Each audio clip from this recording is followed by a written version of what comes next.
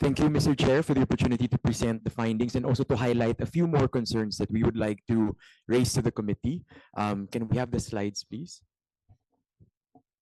Tulad ng nabanggit po ng ating chair at ng ating mga, alam naman po din na ating mga commissioners ng EDCOM, lalo na po ni Senator Win na kasama sa lahat ng discussions na ito for all of the last 3.5 years. Next slide. The backlog is really 166,000 of classrooms that we need to overcome and build classrooms for.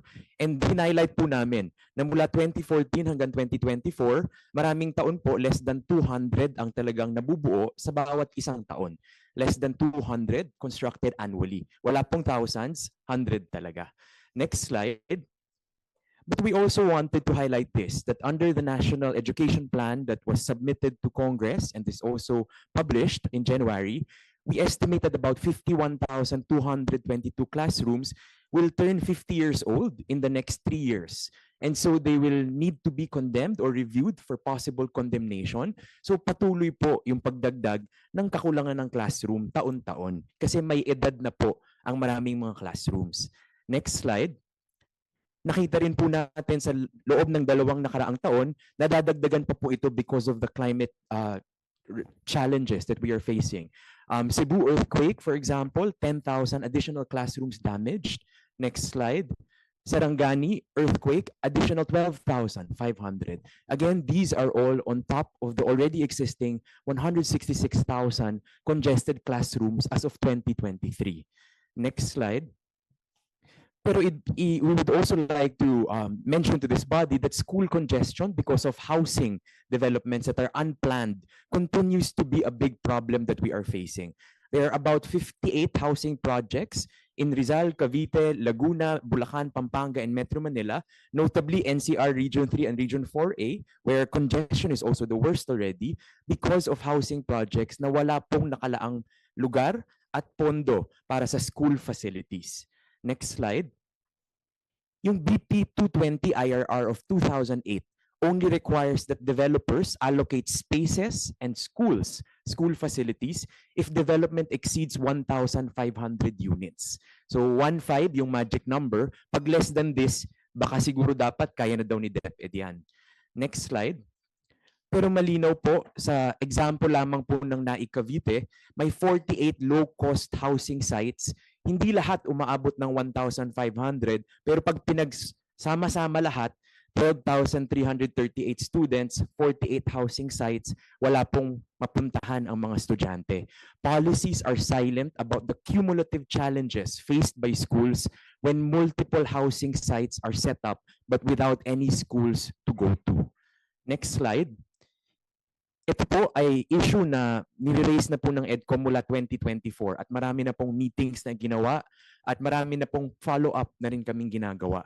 Noong July of 2025, pumirma ng MOU ang DepEd at ang DSUD to do joint planning and allocation of school facilities.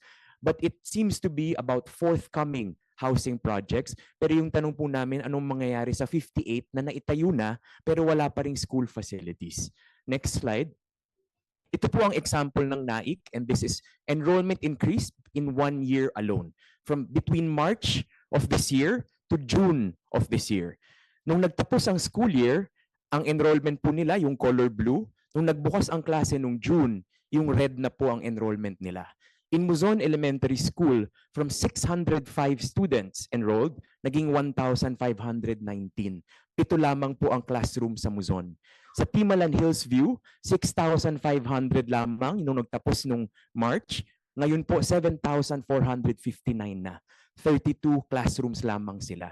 Sa buong bayan ng NAIC, bilang isang example lamang, tumaas ang enrollment sa pagitan ng 3 buwan ng 5,405. Using DepEd's ratio of 1:40, agad 135 additional classrooms ang kailangan. Ang tanong po nung mayor, saan po kami kukuha ng espasyo at lugar na pagdadalhan ng lahat ng estudyante? Sa Muzon po, yung additional 1,000 or 900 students, wala pong mapuntahan. Ito po yung issue ng maraming lugar kung saan maraming unplanned housing projects, resettlement communities, pero walang paaralan. At araw-araw po, problema ito na hinaharap ng school principal at ng mga guro ng mga bayan at paaralan na ito. Next slide. Ito po yung itsura. Yung iba po nasa tent, yung iba nasa housing na isa pong unit yan, ginawa na rin nilang classroom, pero tingnan niyo po kung gaano kasiksikan yung mga bata. Yung isa po, nilagyan na lang ng bubong, pero highway na po yung likod na yan. Yung isa, classroom po pang 40, naging pang 80, nilagyan ng blackboard sa gitna, tapos monoblock. Ang request po nila, monoblock, para daw mas maraming mapagkasya. Wala ng mesa. Next slide. How many more areas in the country are experiencing these sudden surges in student enrollment between the end of school year in March and the start in June? And what can NHA, DSUD, and DepEd do to prevent this? And what actions have been taken following the signing of the MOU in July of 2025? Because the mayors are still asking, what is happening? Where can we get support? Next slide. And also to highlight that 69% of public schools are in lots or areas not titled to DepEd. Of the 69%, 19% of schools are actually congested. So sobra sa ratio na pinrescribe po ng DepEd at bahagi siguro ng mga haharapin nating issue sa pagbubuo ng mga classrooms, which is why we are grateful to our commissioners in EDCOM for filing the bill on public schools titling. Next slide. So just to end, consistent with the National Education Plan, we would like to urge DepEd to prioritize construction in areas with the most severe congestion and with triple and multi-shifts. Because nakita rin po natin sa datos, ito ang mga lugar kung saan pinakamataas ang bullying at school violence.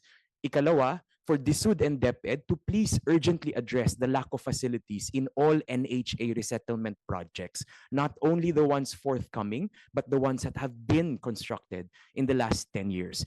We also call on DepEd, DSUD, and DILG to issue a JMC to clarify agency roles and coordination mechanisms. Sino ba dapat ang mag-usap? Sinong dapat magpondo, mag-propose ng budget? Sinong dapat mag-construct? Kasi walang lino yon sa existing policies. And also to consider the immediate amendment of BP 220 or the IRR of 2008 to account for these challenges of low-cost housing developments. Panghuli, tulad ng nasabi ni Chair Bam, sana po open government platform para talagang nasusubaybayan ang pagdaloy ng pondo ng resources at kung nasaan na at kung talagang tumutugma ito sa mga lugar kung saan mataas ang congestion. Maraming salamat po. Thank you, ED Carl. Maraming salamat. Since nagbigay ka na rin ng, you also showed us the local situation in Naik, no? We'd like to ask our mayors if they want to share their current concerns or kung may mga tanong po kayo sa DepEd or sa ibang ahensya dito, we can also facilitate, no, para magkalinawan po tayo.